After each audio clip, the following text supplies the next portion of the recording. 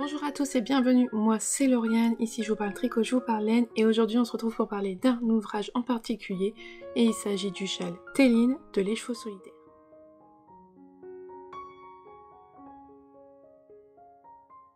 Alors le châle Téline est sorti initialement dans une box en 2024, c'était une box qu'on avait reçue je dirais fin août ou début septembre, sur la fin de l'été.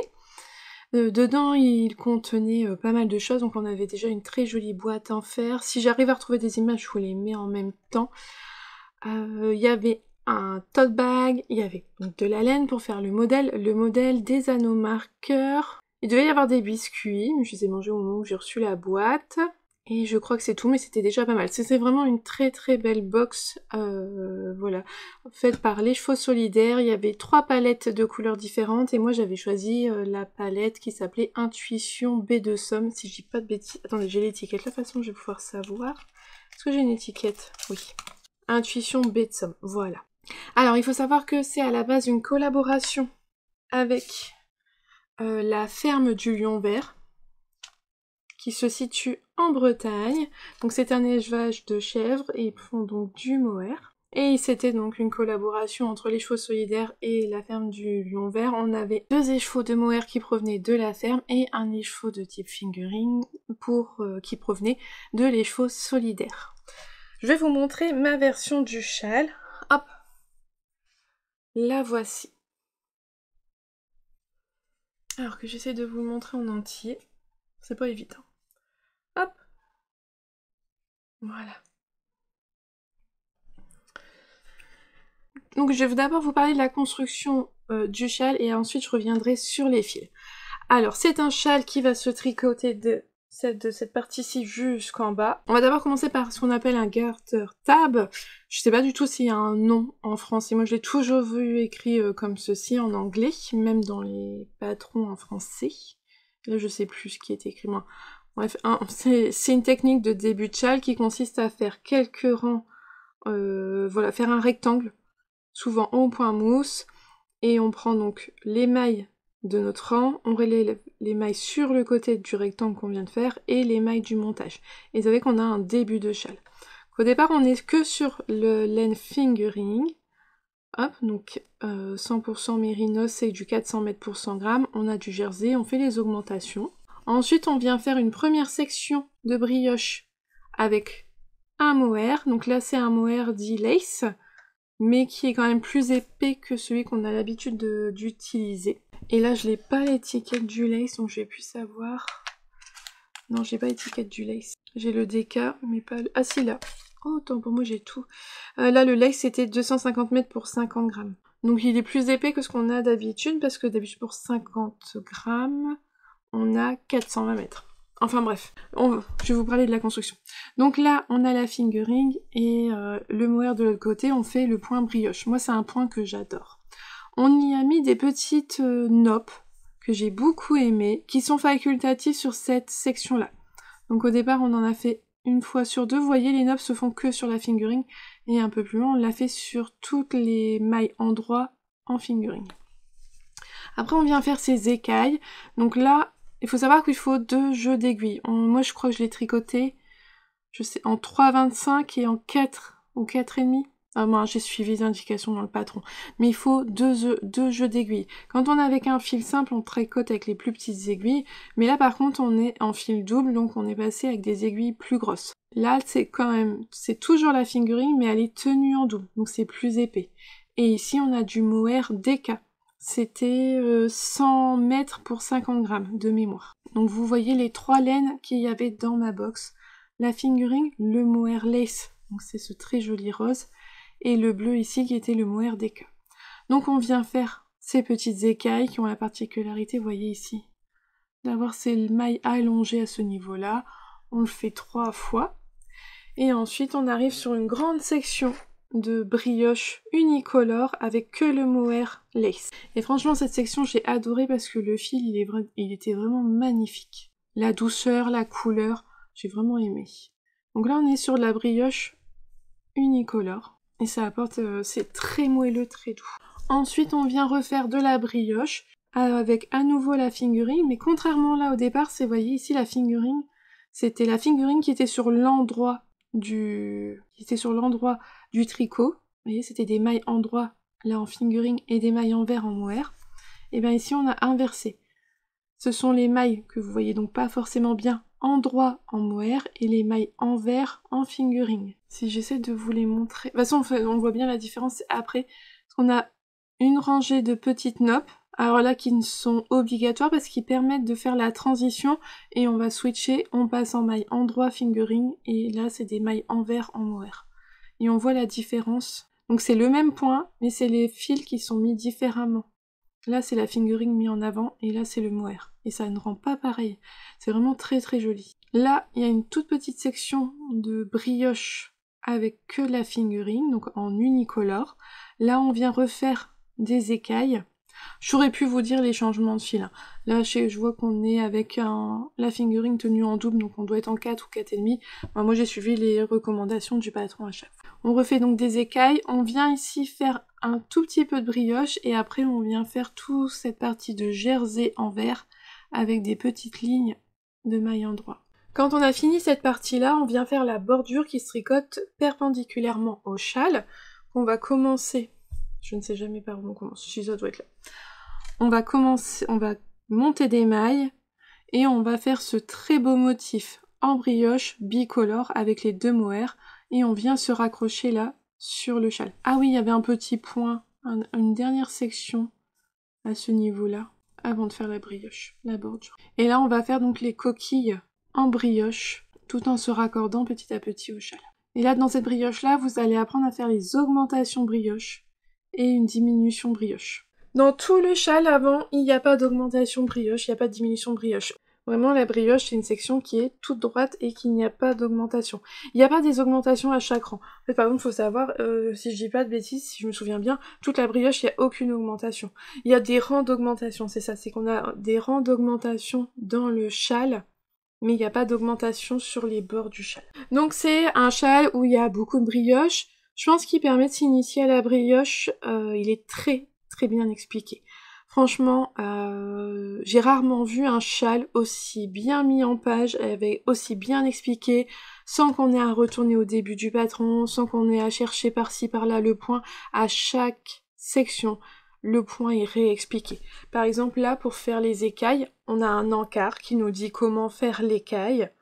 Il y avait, je sais plus, il y a 2-3 rangs particuliers. Il y a un encart qui nous dit comment on fait les écailles. Après, il y a les explications, rang par rang, vous faites ci, vous faites ça, voilà. Hop, on va passer à la brioche. On va faire la brioche, les noppes. Et ben quand on revient ici à des nouvelles écailles, et ben il y a le nouvel encart avec le point qui est expliqué. Il n'y a pas besoin de revenir sur cette section-là pour savoir comment on fait le point. C'est remis à ce niveau-là. Et j'ai pas trouvé que c'était trop lourd. J'ai pas trouvé que c'était trop chargé. Alors c'est un patron qui a une 20aine de pages. C'est assez conséquent. Mais franchement, il est tellement bien fait que c'est très très fluide. Et il faut savoir qu'il y a beaucoup de pages parce que la bordure de fin, elle est expliquée en rang par rang et avec un diagramme. Donc moi j'ai suivi le diagramme, mais il y a toute l'explication rang par rang, et donc c'est quand même assez conséquent d'expliquer toute une coquille en rang par rang. C'est assez aéré, non franchement c'est très très bien fait, très bien fait.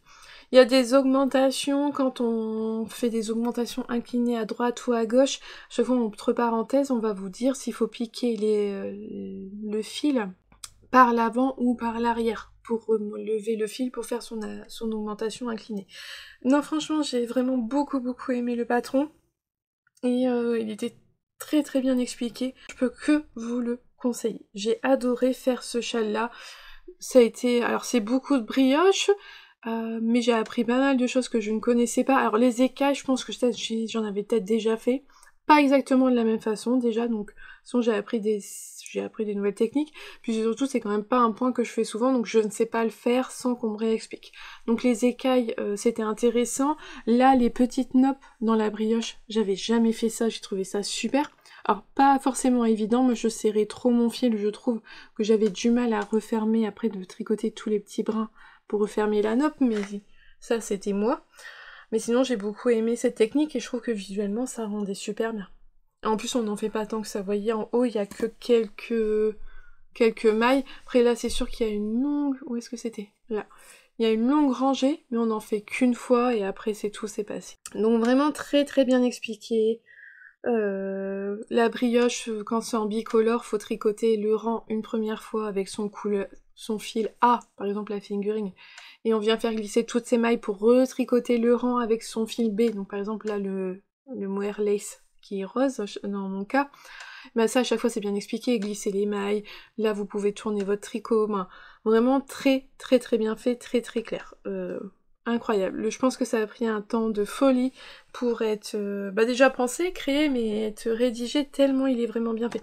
Et puis il y a des petits coquillages dessus, les endroits qui sont importants, les augmentations sont mises en gras, les encarts, il y a toute une cohérence de couleurs, tout ça, vraiment une mise en page au top et très très très bien fait. Et moi, vous voyez, j'ai quand même un niveau maintenant expérimenté de tricot, j'ai adoré le faire. Je me suis pas ennuyée, j'ai appris des nouvelles choses, ou j'ai fait des choses que j'ai pas l'habitude de faire. C'est vrai qu'il est rare que je fasse des motifs dans la brioche, et celui-là il est pas compliqué. Franchement, il est bien pour apprendre à faire l'augmentation, la diminution.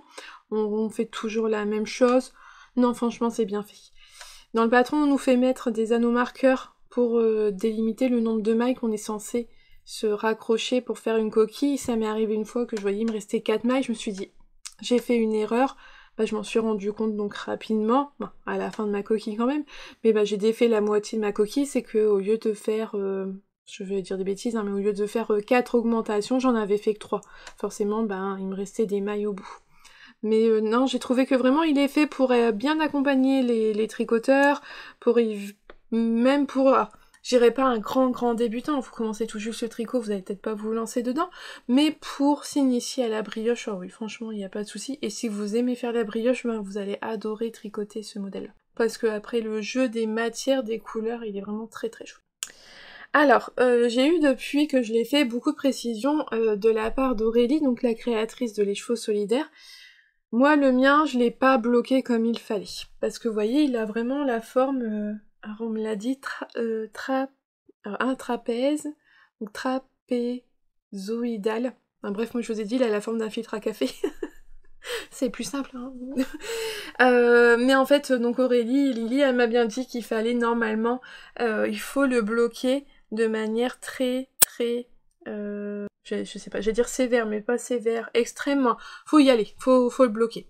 Et moi, ce que j'ai fait, c'est que je l'ai laissé tremper, j'ai pas eu de problème de décoloration, vous voyez, mon bleu, il est toujours magnifique, et je l'ai essoré à la machine à laver, pour que ça sèche plus vite. Sauf que de ce fait-là, il était moins mouillé, et donc le mohair était déjà pas trempé, il était juste humide, et il avait déjà bien essoré à la machine à laver, franchement le mohair, il était pas sec, mais il était juste humide, et donc j'ai pas non plus insisté de trop, je l'ai mis à plat, j'ai essayé d'aligner à peu près plus ou moins ma bordure, je l'ai laissé comme ça, j'ai pas pensé que vraiment il est censé avoir une forme de demi-lune. Alors si, donc il est censé avoir une forme de demi-lune, c'est-à-dire que ici il faut essayer d'étirer au maximum pour relever ce côté-là, et faire la même chose de l'autre côté. Alors je ne l'ai pas relavé pour l'instant, mais la prochaine fois que je vais le relaver, en fait je ne vais pas le passer en machine à laver. Je vais le mettre dans une serviette, je vais l'éponger, mais il va rester bien humide, ce qui va me permettre quand même de pouvoir l'étirer beaucoup plus que quand il est juste humide.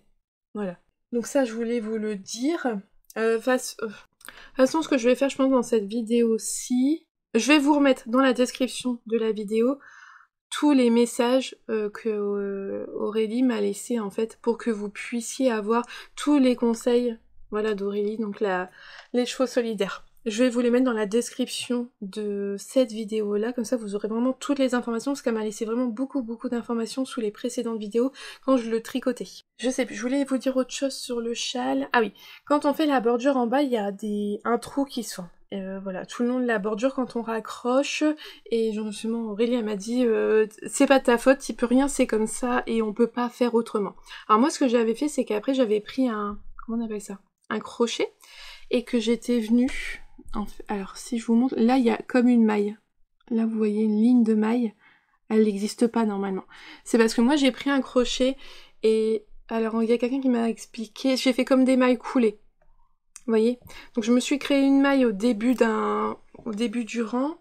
C'était quand est-ce que j'ai fait ça? Oui, j'ai fini de faire ma bordure. Ah oui, je devais rabattre mes mailles sur le bout de ma bordure, je les ai laissées en attente. Je suis revenue de l'autre côté, et ce fameux trou qu'il y avait, ce jour qu'il y avait, parce que la maille est un peu détendue, en fait, il y a un petit surplus de fil. J'ai pris un crochet, puis j'ai remonté les mailles, j'ai fait comme des mailles coulées. Il me semble que ça correspond bien à ça en termes de crochet. Et donc en fait, ce que moi j'avais dit au départ, j'avais remaillé. C'est refaire comme des mailles, de toute façon après maintenant ça me fait une ligne de mailles en droit. Et donc à la fin, je suis arrivée avec une nouvelle maille que j'ai mis sur mon aiguille et que j'ai rabattue avec les autres. Comme ça a permis d'enlever le jour qu'il y avait à ce niveau-là. Je n'ai pas perdu, je trouve, beaucoup d'élasticité sur mon châle. Donc moi, il a quand même été lavé, il est bloqué, vous voyez, il est assez lisse à ce niveau-là, tout ça. C'est juste qu'il est peut-être pas assez demi-lune. Vous voyez, il faudrait que là, j'étire un peu plus pour qu'il soit un peu en demi-lune. Mais il a déjà une belle ampleur et il est joli, il gondole pas tout ça, donc j'ai été quand même contente. Et j'ai tout de même de l'élasticité, vous voyez, encore au niveau de ma bordure. Je suis pas tirée au maximum. Là, je serais bloquée au maximum. Mais vous voyez, j'ai du mou encore. Donc ça n'a pas trop resserré le tricot, ce qui me permettra donc de l'étirer encore plus. Mais ma foi, j'en suis contente comme ça, hein. C'est pas un problème et ça m'empêchera pas de le porter. Voilà, je pense que je vous ai dit tout ce que j'avais à dire. Donc vraiment des techniques très intéressantes, un patron vraiment très bien expliqué. Franchement, je peux que vous le conseiller si vous avez envie de vous éclater avec de la brioche, avec un châle qui est fun, qui est différent de ce qu'on a l'habitude de faire. C'est vraiment au début, quand je l'ai commencé, il y a plein de gens qui m'ont dit « Ah, tu fais un Steven West ?» Bah non, voilà, je fais un modèle français, d'une créatrice française. Et c'est vrai qu'on n'en a pas tant que ça, des modèles fun, rigolos, à tricoter. Je veux dire, voilà, oui, ça pourrait être du Steven West. Mais non, c'est les chevaux solidaires, et franchement, il était génial. Franchement, j'ai adoré le faire. Alors, au niveau du porté, voyez, moi, c'est ce petit bout là, c'est surtout le haut qui se replie facilement comme ça. Après, il est super plat. Donc, hop, voilà, on le porte comme ça, et ça fait un maxi doudou. Franchement, pour l'hiver, il va être génial. Ça va pas avec ce que je porte en dessous, hein, mais il va être super chaud pour l'hiver. Il est très léger, parce qu'au final, il y a que 200 grammes de fil, si je dis pas de bêtises dedans. Oui, c'est ça. Je regarde les étiquettes avant de dire des bêtises, hein. Oui. Il est super léger, mais il est chaud, il est volumineux, il est super doudou. Donc l'hiver, vous voyez, hop, limite ça fait un gros col. Vraiment là, l'air il passe pas, quand il va vraiment faire froid, qu'il va neiger, ça va être vraiment parfait. Et sinon, en attendant, bah là pour les soirées d'été, moi il est jamais très loin, il est pas rangé en fait. Et comme ça, je peux facilement le prendre et le mettre sur mes épaules, vous voyez, comme un chauffe-épaule. Voilà, parfait pour les soirées fraîches d'été. Vraiment très contente. Alors au niveau donc des laines, j'ai utilisé des laines de Les Chevaux Solidaires. Voici ce qui me reste de ma fingering. Donc c'était la base Solstice. Alors que je vous montre. Donc c'était pour Help Gaia. C'était pour l'association Help Gaia, mais ça revient. C'est Lily qui gère les deux, Les Chevaux Solidaires et Help Gaia. En fait la différence c'est que Help Gaia, vous ne soutenez pas la même association si vous achetez chez Help Gaia ou chez Les Chevaux Solidaires. Ça revient à soutenir Gaia, la fille d'Aurélie qui a des problèmes de santé, qui souffre d'une maladie génétique rare, mais en fonction de quelle association, soit vous êtes pour la recherche médicale, ou soit c'est plus pour les soutenir eux dans leur quotidien, dans l'aménagement de leur maison, tout ça, des soins adaptés pour Gaia. Je vais vous parler de Les Chevaux Solidaires parce que globalement, si vous voulez acheter de la laine tout le long de l'année, si je dis pas de bêtises, de toute façon vous passez par la boutique Les Chevaux Solidaires. Donc ça c'est sa base Solstice, donc 100% mérinos non superwash, il y avait 360 mètres pour 100 grammes, voici ce qui me reste.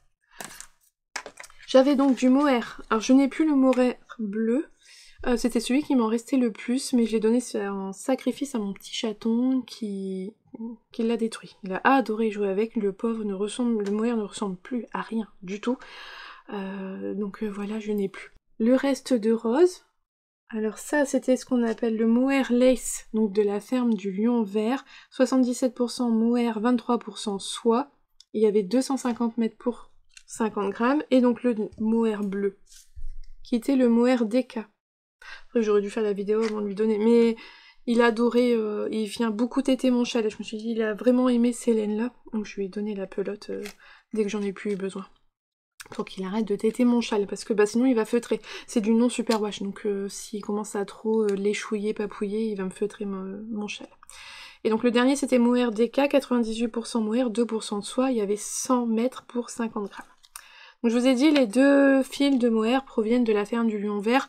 Par rapport à les chevaux solidaires, vous pourrez plus en avoir. C'était une capsule en édition limitée, tout a été vendu, il n'y en a plus.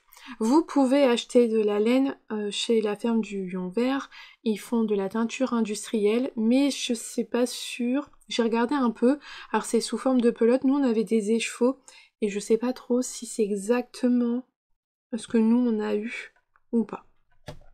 Par contre, je peux vous donner je peux vous partager des, comment dire ça, des alternatives que vous pouvez donc retrouver chez les chevaux solidaires. Alors, concernant les chevaux de Mohair Lace, donc c'est un écheveau spécifique à la ferme du Lion Vert, le métrage n'est pas commun car les fibres sont extrêmement longues. Du coup, on a moins de métrage qu'un lace habituel, c'est ce que je vous disais tout à l'heure. On peut le remplacer par la base Atmosphère, qui a un effet légèrement plus transparent. Voilà, donc la base Atmosphère que vous retrouvez chez les chevaux solidaires.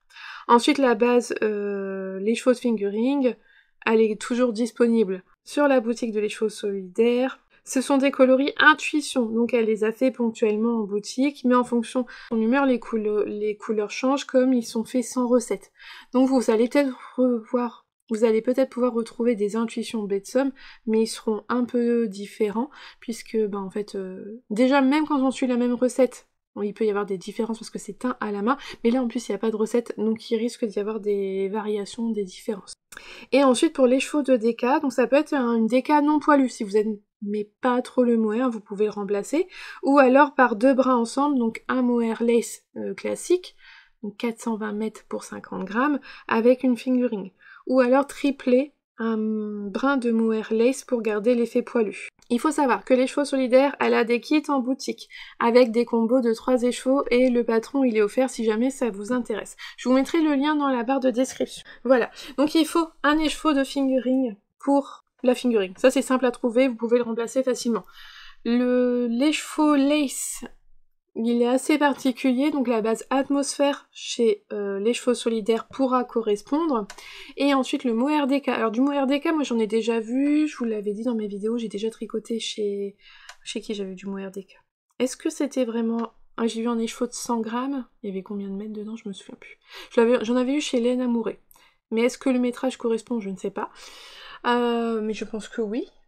Ouais, je l'ai plus là, j'ai plus les titres. Mais je pense que ça doit correspondre. Ou sinon, voilà, comme dit juste avant, un écheveau de DK classique, ça va passer. Ou si vous voulez un côté très poilu, mettre 3 brins de mohair, c'est possible également. Ou un mohair, un fingering. Vous avez quand même plusieurs possibilités. Si vous aimez pas le côté poilu, je ne sais pas comment on peut remplacer le lace qui est ici. Est-ce qu'une fingering, ça ferait le même effet? Je ne sais pas. Je pense que ça doit se tenter, mais j'en suis pas sûre à 100%. Et donc voilà ce que j'avais à vous dire sur ce modèle-là. J'ai adoré le tricoter, franchement super bien fait. Ça c'est vraiment les tricots plaisir, ou moi c'est ce que j'aime dans les châles. Des points différents, on joue avec les matières, les textures, c'est ce que j'aime. Et puis en plus il est super beau. Vous voyez quand je l'ai lavé, le bleu n'a pas du tout dégorgé. Ça a été vraiment chouette. Franchement aucun problème de dégorgement. Donc voilà le châle Téline. Donc si vous voulez vous initier aujourd'hui, pour s'initier, si vous êtes aventureux, et que vous voulez vous initier à la brioche, allez-y. Franchement, il est très très bien expliqué comme patron. Et voilà, j'ai plus rien de plus à vous dire. Alors, j'aurais pas de prix à vous dire là, parce que moi, je me souviens plus de la box, combien je l'ai acheté. Et vu que c'était une collaboration, ben voilà, c'est pas forcément des filles que vous pouvez retrouver facilement ou autre. Donc puis je sais plus combien je l'ai acheté, donc je pourrais pas revenir sur le prix de ce modèle-là. Je peux peut-être quand même vous dire le prix du châle. Le patron, il est vendu au prix de 7,20€ sur Ravelry, le patron tout seul, si jamais vous avez dans votre stock des laines pour le faire. D'ailleurs, je sais pas s'il a été réalisé avec autre chose. La truffula, je vois qu'il y a des gens qui ont utilisé la truffula de les chevaux solidaires.